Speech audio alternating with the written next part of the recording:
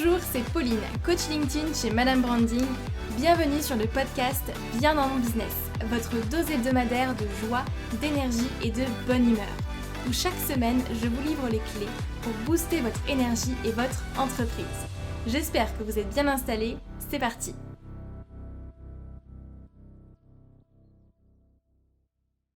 Bonjour à toutes et à tous et bienvenue sur ce podcast. J'espère que vous allez bien. Merci d'être là, merci de m'écouter chaque semaine. Cette semaine, nous allons parler de reconversion professionnelle et de LinkedIn. Si aujourd'hui vous êtes en reconversion professionnelle ou vous souhaitez entamer une reconversion, vous avez envie de vous lancer dans l'entrepreneuriat, vous avez envie de devenir indépendant, ou c'est un processus qui est déjà en cours, ou alors vous êtes peut-être déjà lancé mais vous n'osez pas vous mettre en avant, ce podcast est fait pour vous. Souvent, moi j'échange avec beaucoup de personnes qui sont encore en cours de certification. Alors souvent ça va être des coachs qui vont attendre d'être certifiés pour démarrer leur stratégie de communication et leur stratégie de prospection. Alors c'est très souvent un sentiment de légitimité, ils ont besoin d'avoir leur certification pour se lancer. Moi je pense que nous n'avons pas forcément besoin d'attendre d'avoir notre certification, d'attendre d'être à 100% à son compte pour communiquer et travailler son réseau. D'autant plus que sur LinkedIn, vous n'allez pas vendre. Ce n'est pas sur LinkedIn que vous allez vendre. Sachez-le, comprenez-le bien, ce n'est pas sur LinkedIn que vous allez mettre en avant toutes vos offres et vendre. Par contre, c'est sur LinkedIn que vous allez créer votre réseau et capter peut-être des prospects, mais le premier objectif pour vous doit être de créer votre réseau, d'échanger avec un maximum de personnes et développer votre visibilité. Et pour ça, on n'a pas forcément besoin d'être à 100% à son compte, d'avoir des offres bien ficelées, d'avoir notre certification. On n'a pas besoin de tout ça. On a juste besoin d'être soi-même et de se lancer. Mais je vous en dis pas plus parce que c'est le thème de l'épisode du jour. Et pour en parler, j'ai l'honneur d'inviter sur ce podcast Ikram Nemili Shibani qui va vous parler de reconversion professionnelle puisque c'est exactement ce qu'elle a vécu. Je ne vous en dis pas plus et installez-vous confortablement et c'est parti.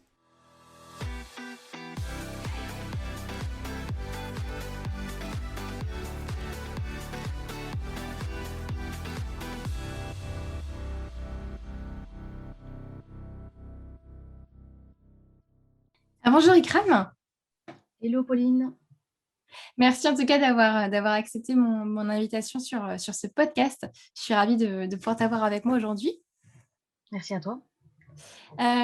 Écoute, ce que je te propose déjà avant de démarrer, c'est déjà de te présenter et de me dire un petit peu ce que tu fais et du coup un petit peu ton parcours.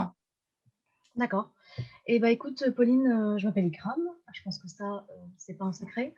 J'ai 26 ans et je suis rédactrice web indépendante, spécialisée dans le SEO et le storytelling. Et j'ai une autre partie de mon activité qui consiste à accompagner en fait les freelances et les indépendants sur LinkedIn, pour les aider à maîtriser, ce réseau social professionnel. Top. Et du coup, comment tu en es arrivée là? Alors en fait, j'ai fait une reconversion professionnelle. Il y a quelques mois encore, je travaillais au sein d'une agence régionale de santé. Donc j'étais dans le domaine de la santé, du social et puis, j'avais envie de changer professionnellement. J'étais épanouie dans ce que je faisais, mais ça ne me correspondait plus trop, en tout cas pas le salariat. Donc j'ai entamé une reconversion professionnelle. J'explique, sur un de mes articles de blog ce qui m'a menée à la rédaction web. Je ne vais pas, entrer dans les détails.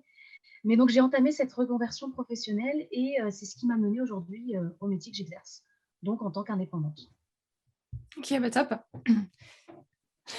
Et c'est super et je trouve ça bien effectivement de te lancer dans l'entrepreneuriat comme ça à fond. J'adore. Et du coup, il me semble que tu avais commencé un petit peu à parler de ton activité de freelance un petit peu sur LinkedIn, en faisant des posts, déjà quand tu étais salarié. Qu'est-ce qui t'a donné envie comme ça de te lancer sur LinkedIn et de publier ton premier post? Alors en fait, quand je me suis lancée dans ma reconversion professionnelle, j'ai échangé avec beaucoup de freelances autour de moi, donc grâce à LinkedIn notamment et je les voyais utiliser ce réseau social pour, développer leur activité.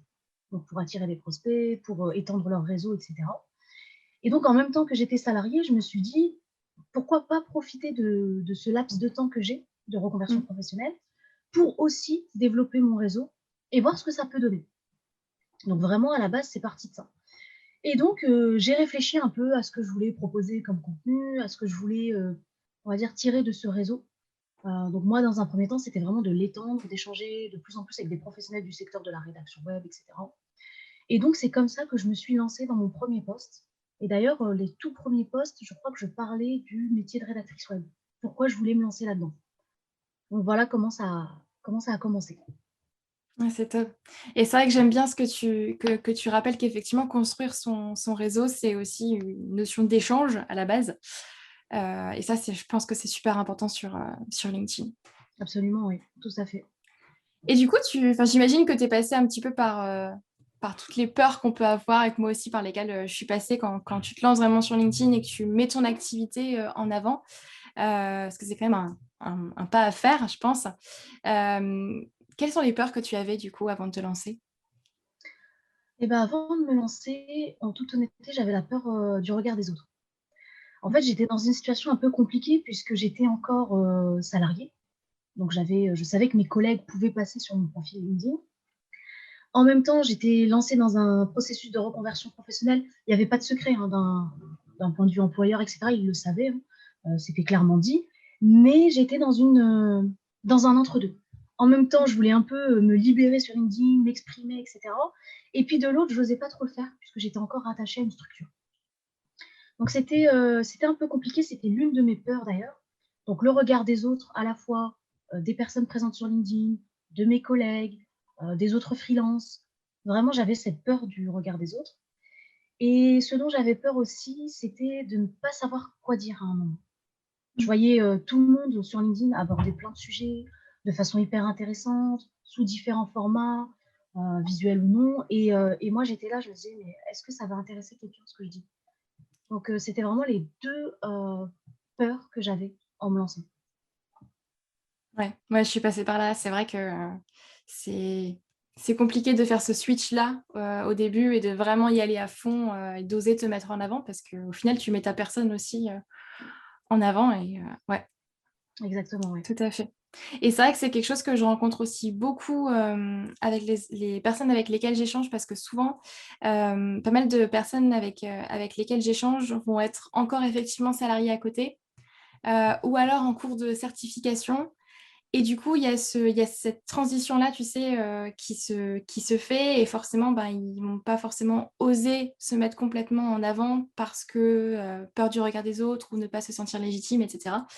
Donc c'est super intéressant d'avoir ton retour, ouais.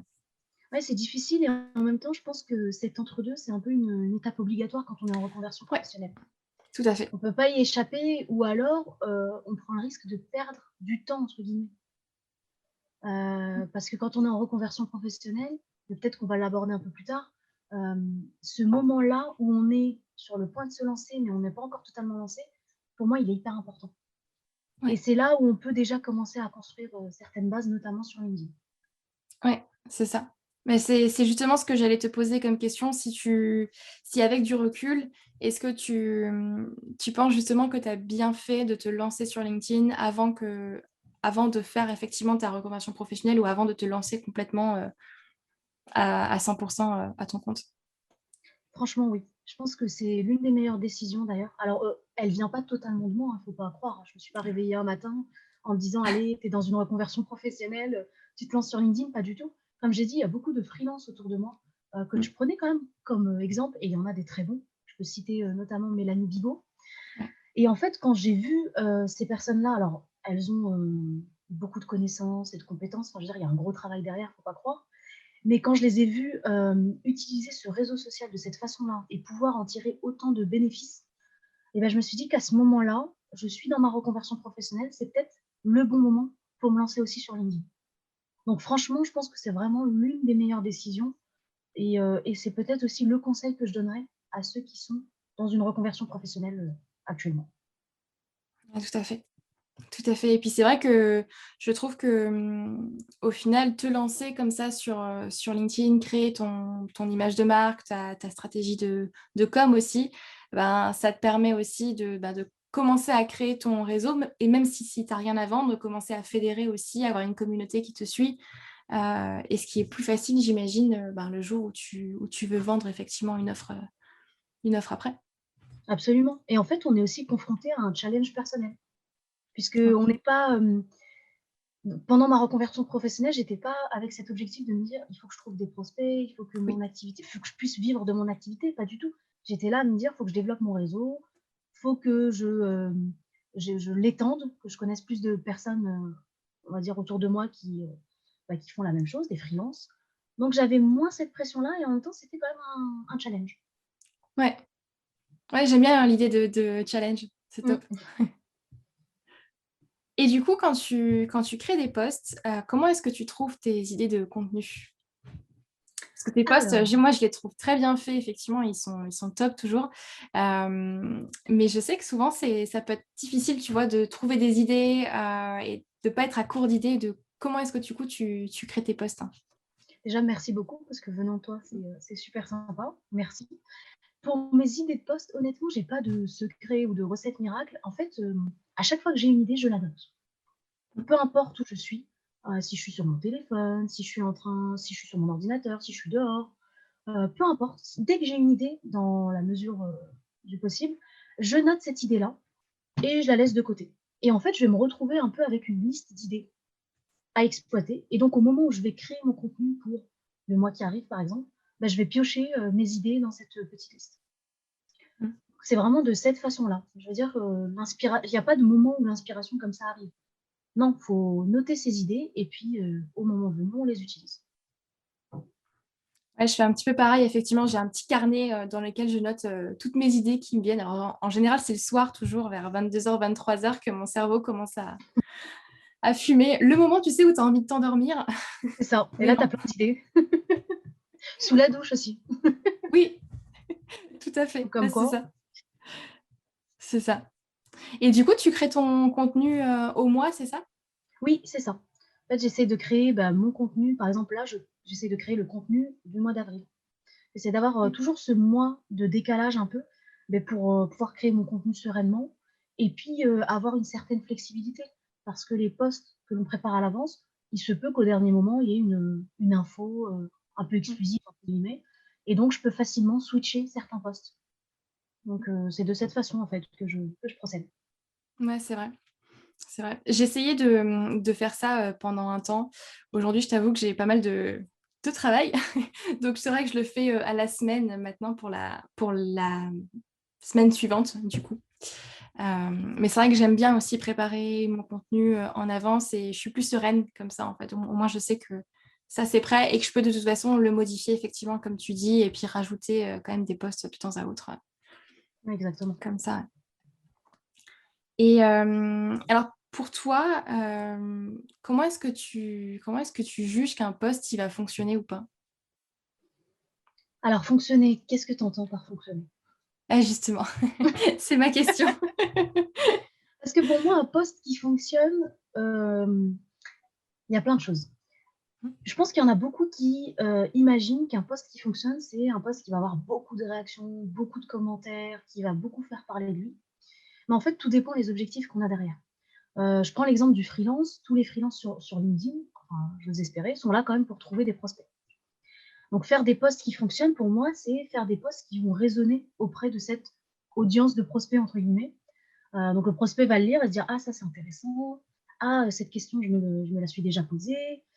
Il va peut-être réagir, en laissant un commentaire. Donc ça, pour moi, ça va être un post qui va fonctionner.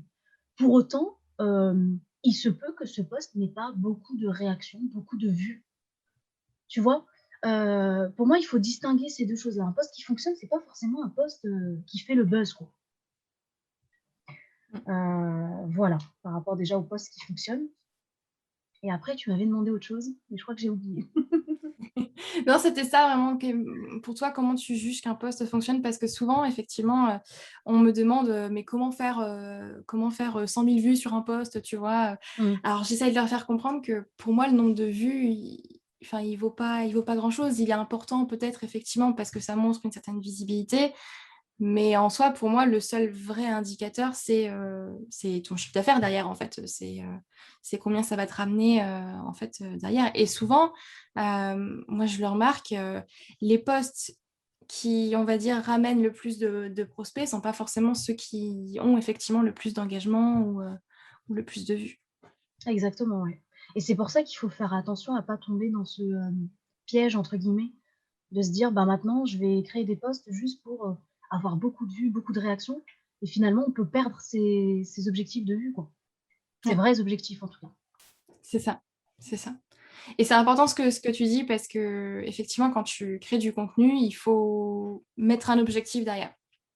Je pense qu'il y a aussi beaucoup de personnes qui créent du contenu parce qu'ils se sentent obligés, de le faire, donc ils créent quelque chose et voilà, mais qui a pas forcément ils ont pas forcément clarifié leur objectif derrière, du post. Exactement. C'est pour ça qu'avant même de se lancer, comme tu le dis, il faut vraiment clarifier ses objectifs. Si on est dans une reconversion professionnelle, qu'est-ce qu'on cherche? Est-ce qu'on, cherche à étendre son réseau comme, j'ai voulu le faire à un moment?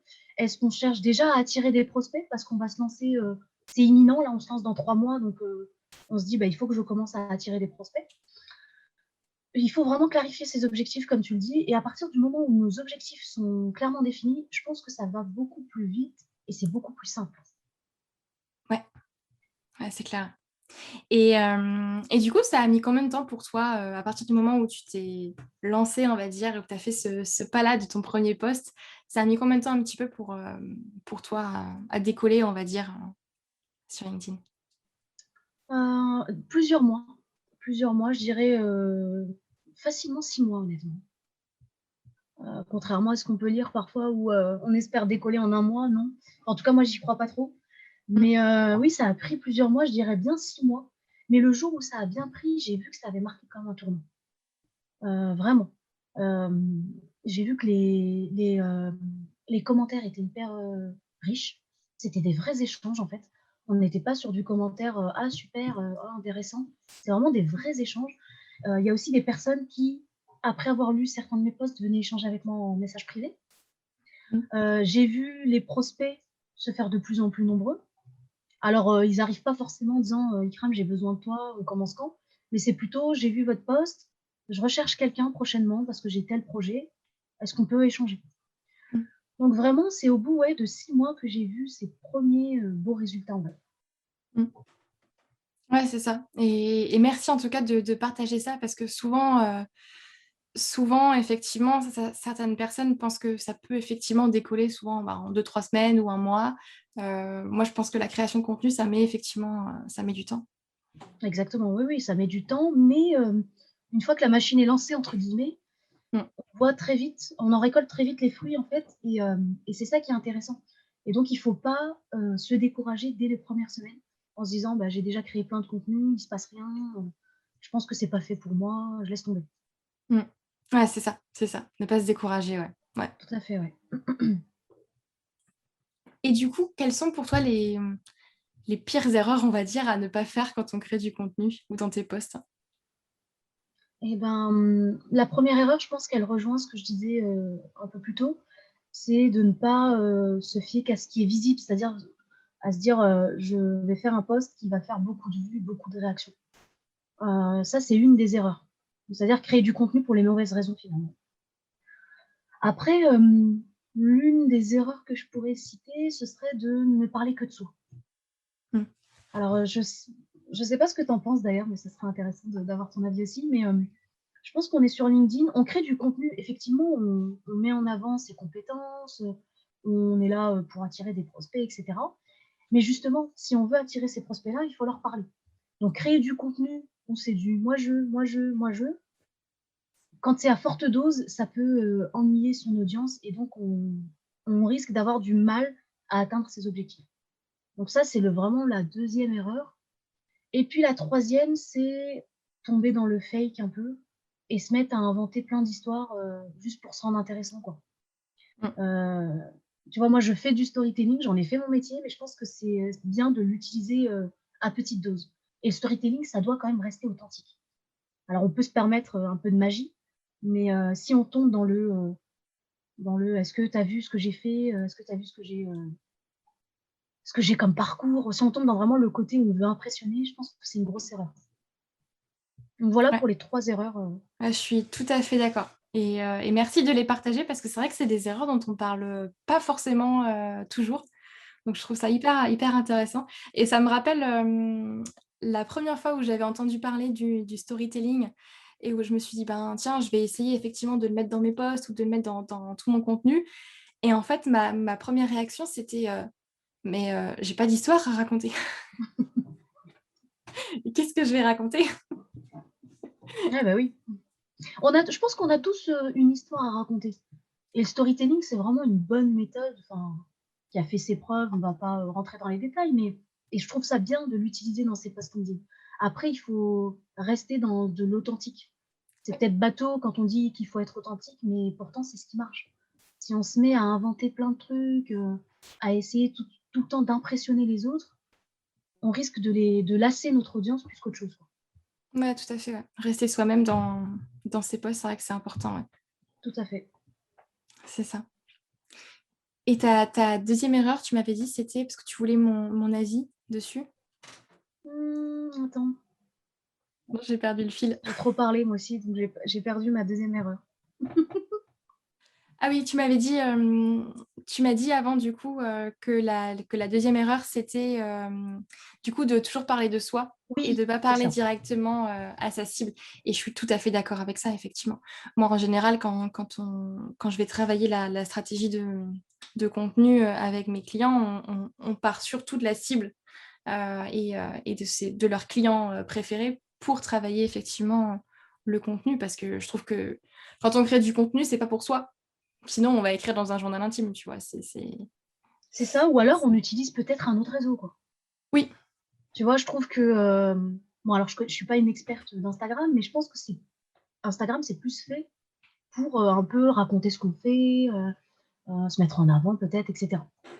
Donc mmh, après l'utiliser de manière professionnelle, je sais pas si c'est bien de faire ça aussi sur Instagram, c'est un autre sujet aussi. Mais je pense que sur LinkedIn, en tout cas, c'est peut-être pas le bon endroit pour, vraiment parler que de soi. Je dis pas qu'il faut pas le faire, hein, on peut parler de soi, mais, il faut trouver un juste milieu. ouais, c'est ça, un juste milieu, ouais, entre toi et tes prospects, du coup, enfin ton audience, ta cible. Parce que l'idée aussi, c'est que les posts aussi intéressent forcément ton audience, sinon ça n'a pas de sens. Tout à fait, c'est ça. Non, mais merci en tout cas pour tout ce partage, c'est hyper intéressant et tu as mis, combien de temps du coup, dans ta reconversion professionnelle? Ça a pris combien de temps avant que tu te lances, à temps plein, on va dire, du coup? Et bah, entre vraiment le tout début de ma reconversion professionnelle et le moment où je me suis lancée, ça a pris un peu moins d'1 an, je dirais 10 mois. Ouais, Donc c'est c'est quand même un correct. processus, long, hein. 10 mois, ça peut paraître, on peut se dire: «Bon, ça va, c'est moins d'1 an et tout», mais quand on vit la reconversion professionnelle, je pense que c'est quand même assez long et puis c'est, enfin, je l'ai vécu comme un moment où, bah, c'était les montagnes russes, quoi. Il y a un moment où je me suis dit: «Ah, c'est bon, trop bien et tout». D'autres moments, je me disais: «Mais je vais jamais y arriver, qu'est-ce que je fais? Est-ce que je vais pas le regretter?» En plus, j'étais dans la fonction publique, donc j'avais un statut quand même assez, j'étais «bien en sécurité» entre guillemets Mmh. et donc bah, il y a beaucoup, beaucoup de moments de doute et c'est pour ça que je disais, bah, étendre son réseau, échanger avec d'autres freelances, ça te permet aussi d'être rassuré au moment où tu doutes de toi, quoi. Tous ces Ouais. échanges-là, finalement, sont hyper enrichissants et ça va te permettre de mener ta reconversion professionnelle dans de bonnes conditions. Mmh. Tout à fait. Bon, je te rassure, ou pas, mais les montagnes russes, elles s'arrêtent jamais, hein. Oui, oui, je crois aussi, ouais. Ouais, C'est toujours un petit peu comme ça. Tu doutes et puis après tu es contente et puis, c'est ça. voilà, je pense qu'il faut l'accepter quand tu es entrepreneur. Ah bah, c'est comment dire? C'est la contrepartie de ce côté où on est un peu plus libre, on n'a pas Ouais, forcément de patron, on choisit ses horaires et cetera. La contrainte, c'est ça, c'est que, bah, c'est pas ouais. comme le salariat où tu sais que, tous les mois tu as ta paye, quoi qu'il arrive, ça va se passer de la même façon. Là, non, c'est différent. C'est ça, c'est ça, c'est ça. Mais c'est bien, au moins je pense que tu travailles aussi pour toi, donc ça moi je trouve que c'est hyper gratifiant et je préfère. Moi, j'aurais du mal à retourner, au salariat, tu vois, aujourd'hui. Ah ouais, carrément. Ouais, je pense que j'aurais beaucoup de mal. Ouais, Mais c'est bon. c'est intéressant. Il y en a beaucoup qui ont du mal, enfin, je vois beaucoup de freelances autour de moi qui disent qu'ils n'arriveraient jamais à retourner au salariat parce qu'ils ont eu une mauvaise expérience du salariat. Mmh. Et à chaque fois, moi, on me dit: «Bah, tu t'es lancée parce que ça allait pas, dans ton boulot et tout», alors que moi, pas du tout. Dans mon boulot, j'étais super bien, mais vraiment, j'avais une bonne équipe, je faisais des choses hyper intéressantes, j'étais très épanouie, j'avais trouvé un certain équilibre et pourtant j'avais quand même envie de faire cette reconversion professionnelle pour partir vers un domaine qui me parlait plus, en fait. Ouais. Il me manquait ce côté, je fais des choses qui me plaisent vraiment, tu vois? Ouais. Et même dès la fin de mes études, je savais qu'un jour j'entreprendrais. Je savais pas quand, je savais pas dans quoi, mais je savais qu'un jour ça arriverait et finalement Mmh. c'est arrivé, donc tant mieux. Bah, c'est bien. C'est bien. Et puis tu as pas attendu non plus, 20 ans pour te lancer, Non, tu vois? Donc ça, c'est bien. non, non, j'ai Ça pas attendu longtemps, j'ai terminé mes études en 2016 mmh. et j'ai travaillé donc depuis, ouais, depuis, l'été 2016, bah, jusqu'à ma dernière expérience professionnelle, donc quelques années quand même dans le salariat Mmh. et puis après un lancement, dans l'entrepreneuriat. Non, c'est bien, c'est déjà plus que moi, hein. Mais moi, c'est vrai que moi, de mon côté, j'ai toujours, toujours su que je voulais entreprendre. J'ai jamais vraiment été attirée, en tout cas, par le salariat. J'ai eu des jobs étudiants et des stages, mais ça s'arrête là et j'ai toujours eu envie enfin, j'ai toujours su qu'après mes études, je me lançais et j'allais faire un projet qui, moi, me tient à cœur, tu vois, et dans lequel je peux m'épanouir et qui m'appartient et je fais ce que j'aime, ouais. C'est ça, en fait, Mais surtout. toi, c'était vraiment le côté de faire un truc à toi, quoi. Ouais, ouais, c'est Ouais, ça. C'était de pouvoir avoir, moi, mon projet. C'est moi qui prends mes décisions. ouais, ça, c'est super aussi. J'ai une dernière petite question pour toi. Par rapport à ton profil LinkedIn, est-ce que par rapport à ton choix en fait sur ta photo de profil, euh, pourquoi tu as fait le choix effectivement d'avoir je sais pas si on peut appeler ça un avatar ou C'est une illustration ouais, une portrait. Ouais. illustration, ouais, mais je la trouve super et c'est vrai que bah, quand on voit tes posts sur le fil d'actualité, au final, on te remarque tout de suite en fait, parce qu'on sait que c'est toi. Et je me demandais d'où venait ce choix-là. Ah, c'est une question qu'on m'a beaucoup posée. Je pense qu'il y en a beaucoup qui se questionnent et qui se disent: «Mais pourquoi elle a fait ce choix-là?» En À quoi fait, elle pour ressemble? ouais, c'est ça. Bon, l'illustration, je pense qu'elle est fidèle à ce que je suis, réellement, Mm. physiquement. Mais en fait, ce choix-là, au début, j'avais une photo, classique, noir et blanc, vraiment passe-partout, on va dire. J'avais aussi une bannière, très classique et en fait, en même temps que je j'ai commencé à créer du contenu sur LinkedIn, forcément, à un moment, j'ai dû revoir mon profil puisque ça n'allait pas et j'ai beaucoup réfléchi et je me suis dit: «Mais avec cette photo, je vais jamais réussir à me démarquer des autres. Tout le monde a une photo, on a tous à peu près, la même pose sur la photo et moi, je suis quelqu'un qui aime bien ne pas faire comme les autres». Donc j'avais déjà ce côté-là, qui me titillait, on va dire et donc j'ai longuement réfléchi. Je me suis dit: «Si je fais le choix, pardon, d'une illustration, donc à mon image, ça risque de casser un peu les codes du réseau social, LinkedIn et peut-être que ça ne plaira pas». Et après je me suis dit: «De toute façon, je ne plairai jamais à tout le monde et mon illustration ne plaira certainement pas à des personnes, mais plaira à d'autres». Et je me suis dit: «Finalement, c'est aussi mon propre choix. J'ai décidé de faire ce choix-là.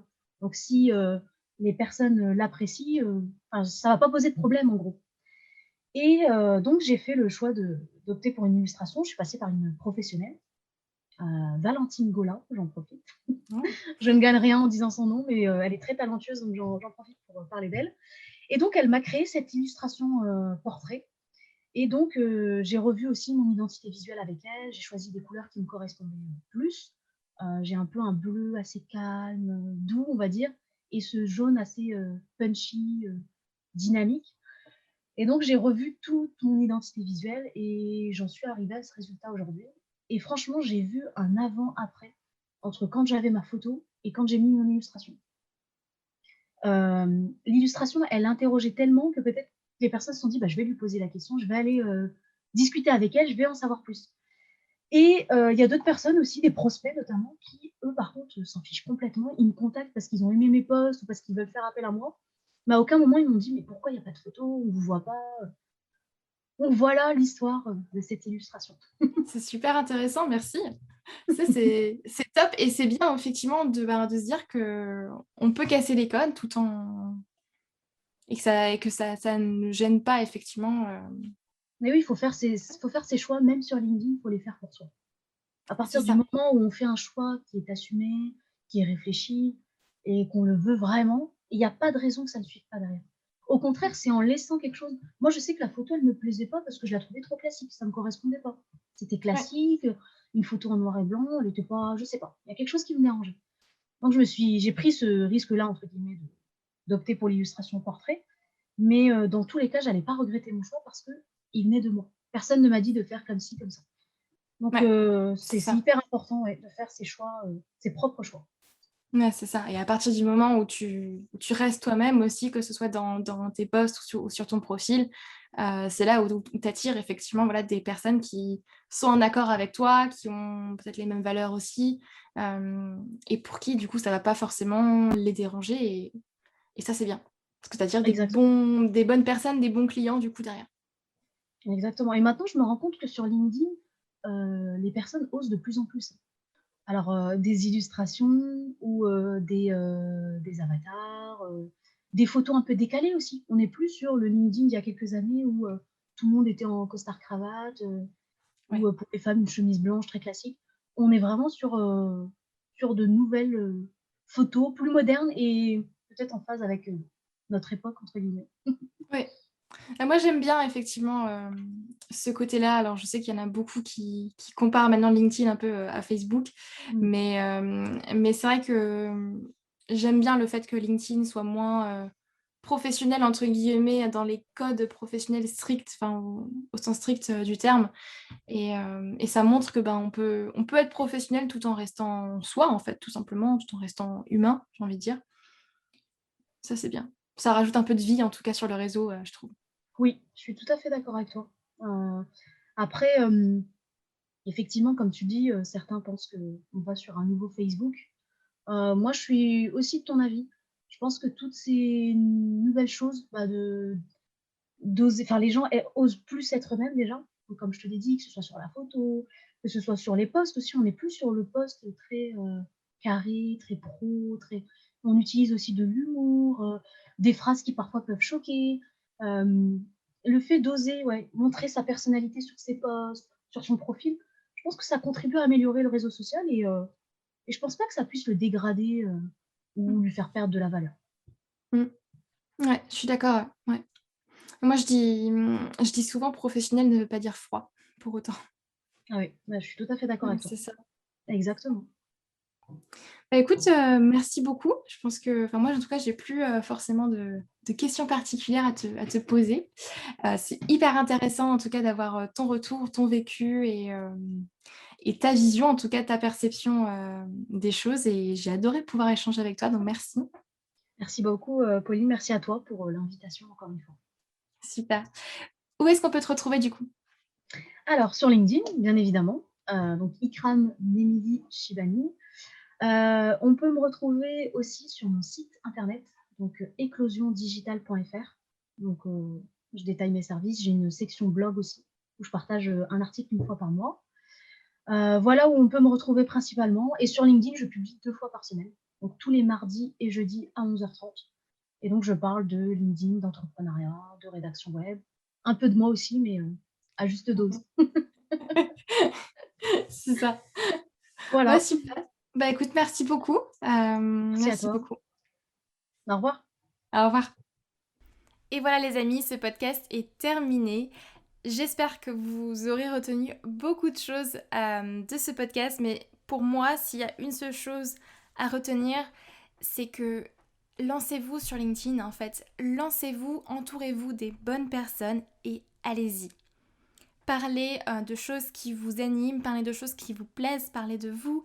Ne parlez pas de vos offres pour l'instant, parce que c'est pas ça le plus important, mais commencez par créer votre réseau, développer votre visibilité, échanger avec un maximum de personnes, et c'est comme ça en fait que les résultats vous paraîtront beaucoup plus naturels, et je suis certaine que en faisant de cette manière-là, tout ce qui est prospection commerciale vous paraîtront beaucoup plus faciles, beaucoup plus simples en fait et beaucoup plus... Ça coulera de source en fait, tout simplement. Je comprends bien évidemment toutes les peurs qu'il y a derrière, la peur du jugement des autres, la peur du regard également qu'on va porter sur vos posts, la peur de parler dans le vide au final et que ça n'intéresse personne. Je suis passée par là, je les comprends puissance 10 000, je vous rassure, vous n'êtes pas seul. Mais lancez-vous. Allez-y, vous n'avez rien à perdre. Lancez-vous et vous verrez que les résultats sont grandioses. Je vais vous laisser sur ces belles paroles et je vous souhaite à toutes et à tous une très très belle semaine.